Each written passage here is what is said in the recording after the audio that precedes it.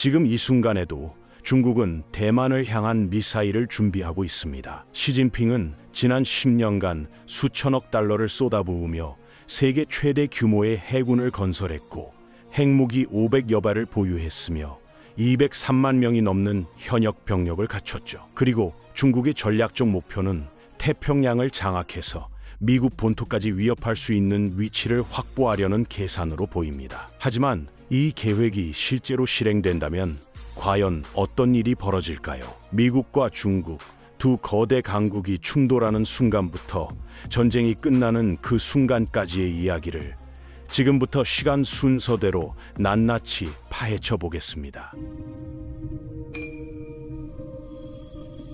전쟁은 미사일이 아니라 사이버 공격으로 시작됩니다. 중국 지도부가 첫 번째 명령을 내리자 해커들이 일제히 움직이기 시작하는데 이들이 노리는 건 미국의 핵심 인프라를 마비시키는 거거든요. 수도 시스템, 전력망, 통신망이 동시다발적으로 공격받고 특히 군사기지 근처의 시설들이 집중 타격을 받습니다. 이건 단순한 해킹이 아니라 전쟁의 서막이죠. 중국은 수년간 볼트 타이푼이라는 엘리트 해커 그룹을 통해 미국의 철도, 대중교통, 해상운송, 수도관, 송유관 시스템에 침투해 왔거든요. 미국이 2023년 12월에 이들의 KV 본넷을 무력화시킨 했지만 그건 빙산의 일각에 불과했습니다. 진짜 공격이 시작되자 미국 전역의 네트워크가 혼란에 빠지고 가장 치명적인 건 대만에 군사 지원을 보낼 경로까지 차단된다는 점입니다. 중국의 전략은 명확해요. 태평양을 장악하려면 먼저 대만을 확보해야 하고 그러려면 미국의 대응 능력을 최대한 늦춰야 하는 거죠. 사이버 공격이 시작된 지 1시간 후 미국은 전례 없는 규모의 혼란 속에서 허우적대고 있습니다. 문제는 여기서부터예요. 중국이 다음 카드를 꺼내드는데 바로 인민해방군 로켓군 PLARF를 가동시키는 겁니다. 미 해군 연구소의 추정에 따르면 중국은 미국 방어 체계를 압도할 수 있을 만큼의 미사일을 보유하고 있는데 이 미사일들은 움직이는 함선과 고정된 지상 목표물을 모두 타격할 수 있거든요. 첫 번째 공격 대상은 당연히 대만입니다. 룽텐, 장저우, 후이안 공군기지에서 선양 제-16 전투기들이 이륙하면서 대만의 방공망을 공격하기 시작하죠. 상황을 더 악화시키는 건 미국 태평양 함대를 향한 미사일 공격입니다. 남극에서 북극까지 태평양과 인도양을 아우르는 광대한 지역을 담당하는 이 함대를 완전히 파괴할 수는 없지만 전략적으로 약화시켜서 미국의 신속한 대응을 막는 게 중국의 계산이거든요. 그래서 중국은 세 방향 동시 공격을 감행합니다. 먼저 일본, 한국, 필리핀에 있는 미군 기지들을 타격하는데 이건 엄청난 도박이에요. 이 나라들 영토에 미사일을 쏘면 민간인 피해는 불가피하고 세 나라 모두 전쟁에 참전할 명분을 얻게 되거든요. 하지만 중국 지도부 입장에선 수백 개의 기지와 수만 명의 병력을 그대로 두는 게 더 위험하다고 판단한 것으로 보입니다. 둠펑 계열 미사일들이 일본과 한국을 향해 날아가고 관과 하와이를 향해선 중국의 최신 무기인 극초음속 미사일이 발사됩니다. 세 번째 공격은 태평양에 떠있는 미 해군 함선들을 겨냥하는데 강력한 무장을 갖춘 순양함들과 구축함들이 주요 표적이죠.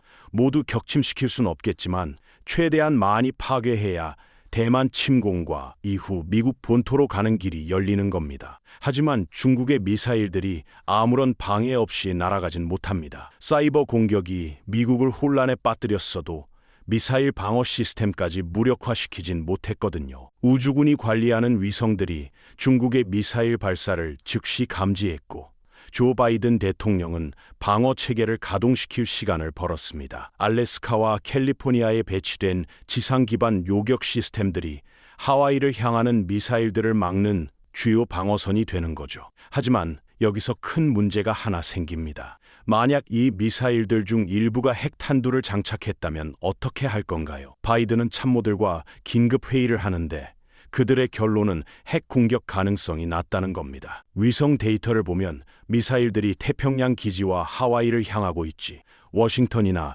미국 본토의 핵심 지역을 겨냥하진 않았거든요. 진짜 핵전쟁을 시작할 거였다면 대륙 간 탄도미사일이 진작 발사됐을 겁니다. 지금 할 수 있는 건 예상 타격 지역의 병력을 대피시키고 미사일 방어망에 의존하는 수밖에 없어요. 태평양 반대편에서 중국 지도부는 첫 번째 미사일 공격 결과를 평가하고 있습니다. 일본과 한국을 향한 미사일들이 목표물에 접근하자 두 나라는 미국과 함께 구축한 미사일 방어 시스템을 가동시키죠. 많은 미사일들이 공중에서 격추되어 태평양에 떨어지지만 중국 미사일의 압도적인 숫자가 방어망을 뚫고 들어갑니다. 오키나와가 사실상 초토화되는데 이곳엔 일본 주둔 미군의 대부분이 배치되어 있어서 중국의 주요 타겟이었거든요. 카데나 공군 기지가 미사일 공격을 받고 수천 명의 미군이 사망했지만 중국 군부도 파악하고 있을 겁니다. 기지들이 완전히 파괴된 건 아니라는 걸요. 지상 침공을 할 수 없는 상황에서 생존한 병력들은 며칠 안에 기지를 복구해서 다시 공군 작전 기지로 사용할 수 있을 테니까요. 하지만 며칠만 무력화시키면 되는 거죠. 더 많은 미사일들이 태평양에 배치된 미 해군 함선들을 향해 날아갑니다. 미국 사령부가 모든 함선에 불규칙한 패턴으로 움직이라고 명령했고 이 전술이 어느 정도 효과를 발휘해서 일부 중국 미사일들이 빗나가지만 여러 척의 순양함과 구축함이 피해를 입습니다. 몇 분 후 중국 미사일들이 하와이에 접근하는데 캘리포니아의 미사일 방어 시스템이 적지 않은 수를 격추시키지만 완벽한 방어는 불가능했어요. 여러 함선들이 미사일 공격을 받죠. 중국 군부는 하와이에 배치된 잠수함들도 타격하길 원했겠지만 이건 실패했어요.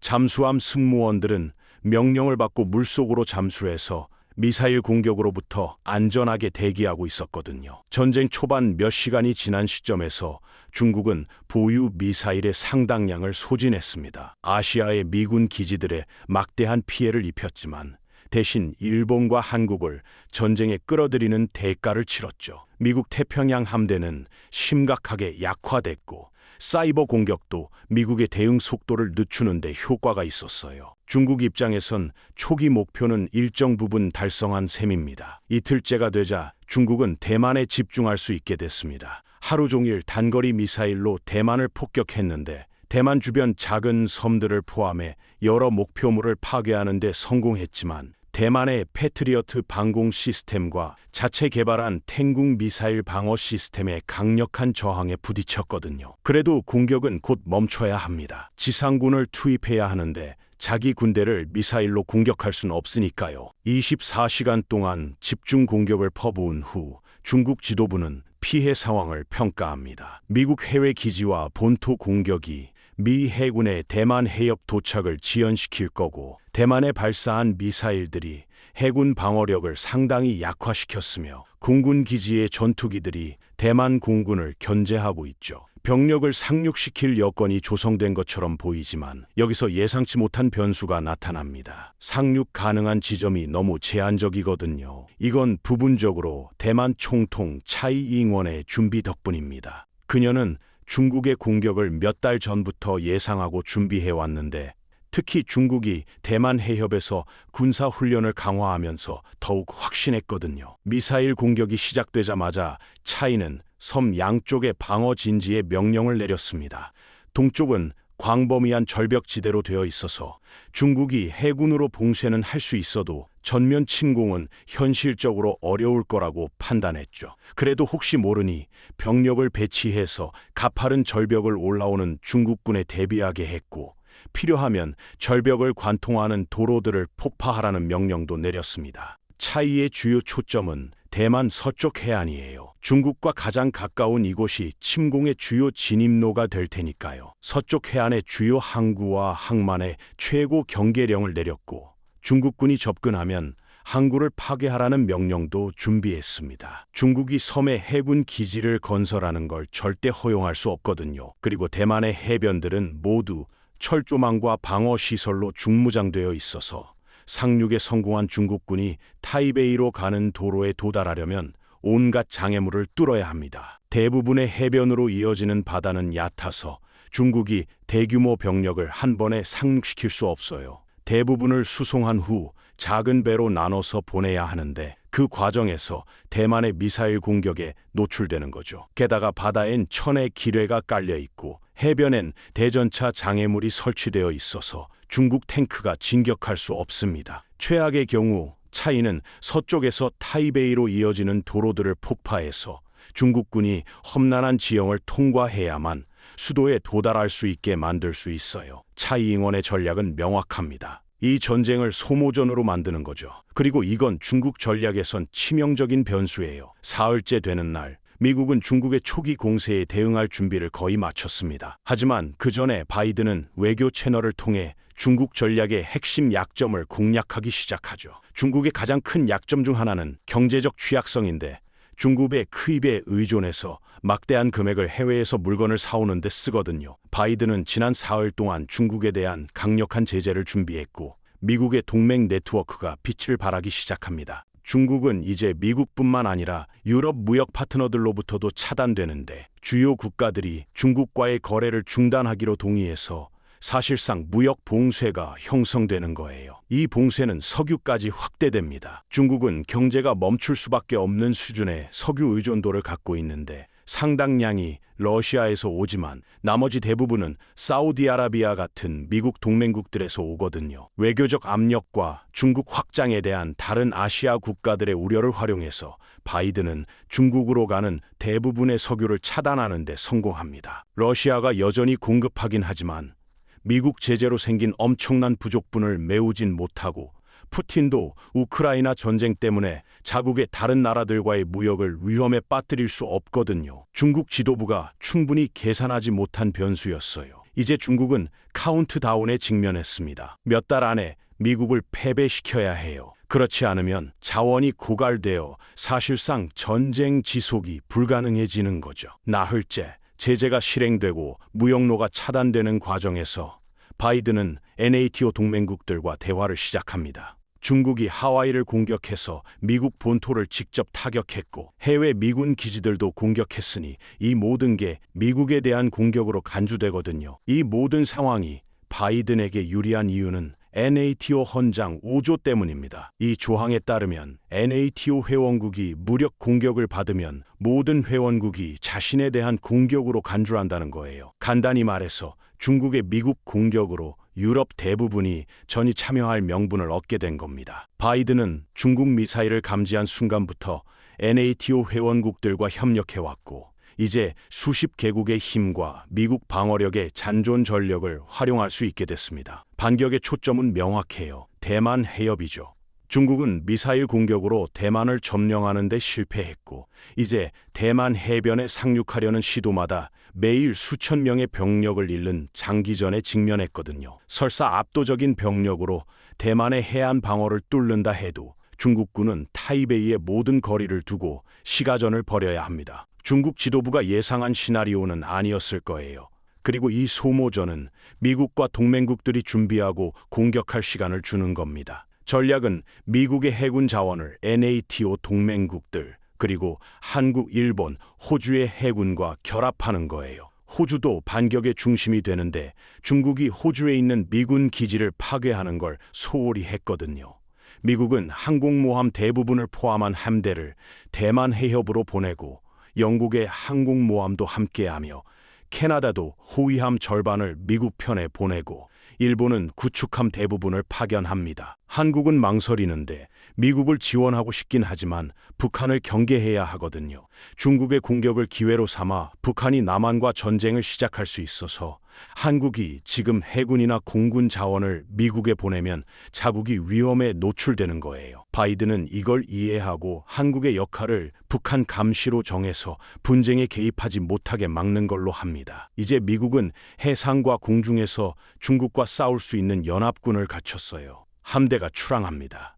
이 주차가 되자 중국은 대만을 계속 폭격하지만 성과가 제한적입니다. 대만 해변에 지상군을 상륙시키려는 모든 시도가 미사일 공격과 치열한 해안 전투에 막히거든요. 천천히 방어선을 무너뜨리고는 있지만 작은 진전을 이룰 때마다 대만이 도로를 파괴하거나 터널을 폭파해서 중국군이 험난한 지형을 우회해야 하는 상황이 됩니다. 타이베이에 도달한 소수의 병력도 시가전에서 전멸당했어요. 빠른 승리가 필수였던 이유는 중국이 대만을 장악하지 못하는 매일이 미국 반격이 가까워지는 하루이기 때문이거든요. 미사일 발사 2주 후 중국은 미국의 해군과 공군 자산이 대만 해협에 도착하는 상황을 맞이합니다. 상황을 더 복잡하게 만드는 건 NATO와 일본의 지원인데, 이들 모두 중국이 태평양이나 아메리카 대륙에서 영향력을 확대하는 걸 원치 않거든요. 중국 입장에서 가장 불리한 건 자국 해군이 미국보다 규모는 크지만 화력에선 상대가 안 된다는 점이에요. 초기 미사일 공격으로 적지 않은 미국 함선을 파괴하는 데 성공했어도 여전히 더 많은 구축함들이 남아있고, 중국이 초계함과 순찰정을 더 많이 보유하고 있긴 해도 대만 해협에 투입되는 연합군의 해군 화력을 막아낼 수 없습니다. 중국에게 더 불리한 건 미국이 비장의 카드를 가지고 있다는 거예요. 바로 래피드 드래곤 전술입니다. 지난 몇 년간 미국은 일부 수송기를 개조해서 장거리 미사일 팔레트를 투하할 수 있게 만들었거든요. 각 팔레트엔 한 번에 수십 발에 달하는 순항 미사일을 실을 수 있는데, 중국 군부가 위협으로 보지 않았던 수송기에 이 팔레트들을 싣고 대만 해협에 순항 미사일을 쏟아붓기 시작하는 거죠. 이 미사일들은 두 가지 효과를 만들어냅니다. 중국 함선에 명중하면 강력한 탄두가 대부분의 목표물을 파괴할 수 있고, 설사 빗나가더라도 동시에 발사된 엄청난 수의 미사일이 중국 함선의 방어 시스템과 공군 기지의 방어망을 혼란에 빠뜨립니다. 미사일 방어 시스템이 대규모 순항 미사일에 집중하는 동안 더 정밀한 공격으로 핵심 목표물들을 타격할 수 있는 거죠. 연합군이 대만 해협에서 전세를 역전시키기 시작합니다. 2달째가 되자 중국은 대만으로 가는 통로를 잃었습니다. 여전히 병력을 본토에 상륙시키고 있긴 하지만 매번 대만의 방어와 미국 및 동맹국 해군의 공격을 받아야 하거든요. 더 심각한 건 제공권을 상실했다는 점이에요. 사실 처음부터 완전히 장악한 적이 없었습니다. 대만의 전투기들은 업그레이드 됐어도 중국의 신형 전투기보다 기술적으로 열세였지만, 차이는 이걸 알고 있었고 미국의 지원이 올 거라는 걸 알았기 때문에 중국을 격퇴하는 게 아니라 지연시키는 데 집중했죠. 해변과 시가전 전술로 중국이 수십만 명의 병력을 타이베이에 투입하지 못하게 막은 것처럼요. 이제 미국과 NATO가 대만 해협에 왔고 중국군을 본국으로 밀어내고 있습니다. 중국 공군 기지들의 계속된 미사일 공격으로 사실상 사용 불가능해졌고, 중국은 예전처럼 빠르게 전투기를 출격시키기 어려워졌어요. 미국 항공모함들이 대만 해협에 와서 수백 대의 전투기를 배치할 수 있게 됐고, 래피드 드래곤 전술까지 더하면 미국과 동맹국들이 중국의 모든 공격을 차단하고 있습니다. 얼마 지나지 않아 미국 해군이 대만으로 가는 통로를 완전히 차단해버리죠. 목표물과 단절된 중국 해군과 공군은 후퇴하기 시작하고 대만에 남은 수천 명의 중국군은 고립됩니다. 타이베이에 도달한다 해도 대만군에게 섬멸당할 테고, 미국이 대만 해협에 확골히 자리 잡으면서 대만 해변에 병력을 상륙시켜 중국군 잔존 병력을 후방에서 공격할 수 있게 됩니다. 치명적인 집계 공격이 중국의 침공 작전을 무력화시키죠. 하지만 미국도 모든 게 순조로웠던 건 아닙니다. 중국이 강력한 잠수함 함대를 활용해서 미국 항공모함 일부를 격침시켰고, 수백 대의 전투기를 탑재한 항모를 잃은 건 큰 손실이거든요.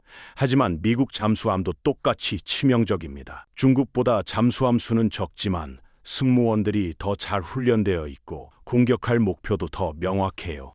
중국의 항공모함들이 격침당하면서 중국의 공중 전력이 크게 약화됩니다. 패배 가능성이 현실적인 변수로 떠오르는 시점이에요. 석 달째가 되자 중국은 완고하게 저항하지만 압도적인 전력에 밀리고 있습니다. 중국 해군은 초토화되어 해안을 지키는 소규모 함정들만 남았어요. 중국은 함선들을 불러들였는데 미국의 중국 본토 침공 가능성을 대비하는 거죠. 대만 점령에 실패했고 미국을 직접 공격함으로써 NATO 동맹국들이 오조를 매우 진지하게 받아들인다는 것만 확인했습니다. 일본과 한국 같은 다른 동맹국들도 마찬가지인데, 미국과의 군사 동맹 때문이기도 하지만 인도 태평양 지역에서 중국 영향력이 확대되는 걸 원치 않기 때문이거든요. 전략적 오판으로 평가될 수밖에 없는 국면에 들어선 겁니다. 이제 가장 어려운 결정에 직면합니다. 핵무기를 발사해야 하나? 중국은 수백 발의 핵탄두와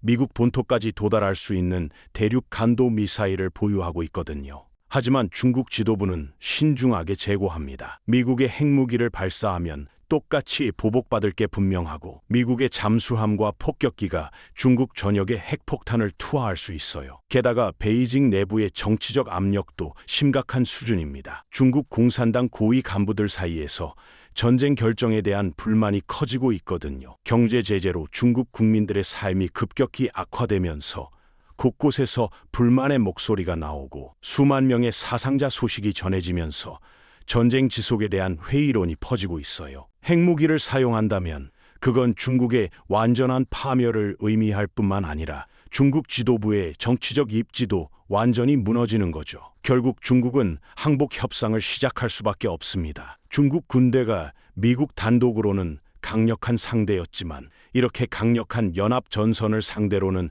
버틸 수 없었거든요. 대만이 예상보다 훨씬 강했고 침공 실패로 미국 본토로 가려던 계획은 시작도 못했어요. 대부분의 유럽이 NATO를 통해 중국을 공격하는 상황에서 압도당했다는 사실을 부정할 수 없습니다. 여기에 미국이 전쟁 시작 며칠 만에 만든 제재와 무역 봉쇄의 영향까지 더해졌죠. 이것들이 천천히 중국 국민들의 사기를 떨어뜨려서 전쟁 종식을 원하는 분위기가 형성된 거예요. 이 시나리오에선 미국이 전쟁에서 우위를 점할 가능성이 큽니다. 하지만 대가를 치른 결과였어요. 미국은 전쟁으로 피폐해진 해군을 재건하는 데 수년이 걸릴 거고 NATO 동맹국들과 함께 수년간 중국의 군사적 제한을 가하는 일에 깊이 관여하게 될 겁니다. 하지만 협력적 방어 접근법이 가장 강력한 경쟁국 중 하나와의 전투에서 얼마나 큰 영향을 미칠 수 있는지 보여준 사례가 될 거예요. 물론 이건 중국과 미국이 전쟁을 벌일 경우 벌어질 수 있는 수많은 시나리오 중 하나일 뿐입니다. 게다가 미국에 유리하게 그려진 거고요. 실제 상황에서 중국은 완전히 다른 전략을 선택할 수도 있었어요. 예를 들어 처음부터 전면전이 아니라 대만 봉쇄 전략을 선택했다면 어땠을까요? 해상과 항공 봉쇄만으로 대만을 경제적으로 압박하면서 미국과 NATO가 개입하기 어려운 회색지대 전쟁을 벌일 수도 있었거든요. 아니면 사이버 공격과 경제 전쟁에만 집중하면서 직접적인 군사 충돌을 피하는 전략도 가능했을 겁니다. 또 다른 가능성은 러시아나 북한과의 더 긴밀한 군사 동맹을 먼저 구축해서 미국이 여러 전선에서 동시에 싸워야 하는 상황을 만드는 거였죠. 이런 경우들에선 전쟁의 양상이 완전히 달라질 수 있습니다. 유럽 국가들이 자국의 경제적 이익과 안보를 위험에 빠뜨리면서까지 태평양 전쟁에 개입할지는 여전히 의문이거든요. 결국 이 모든 시나리오는 하나의 가능성일 뿐이고 실제 전쟁이 일어난다면 우리가 예상하지 못한 완전히 다른 방식으로 전개될 수도 있다는 걸 기억해야 합니다.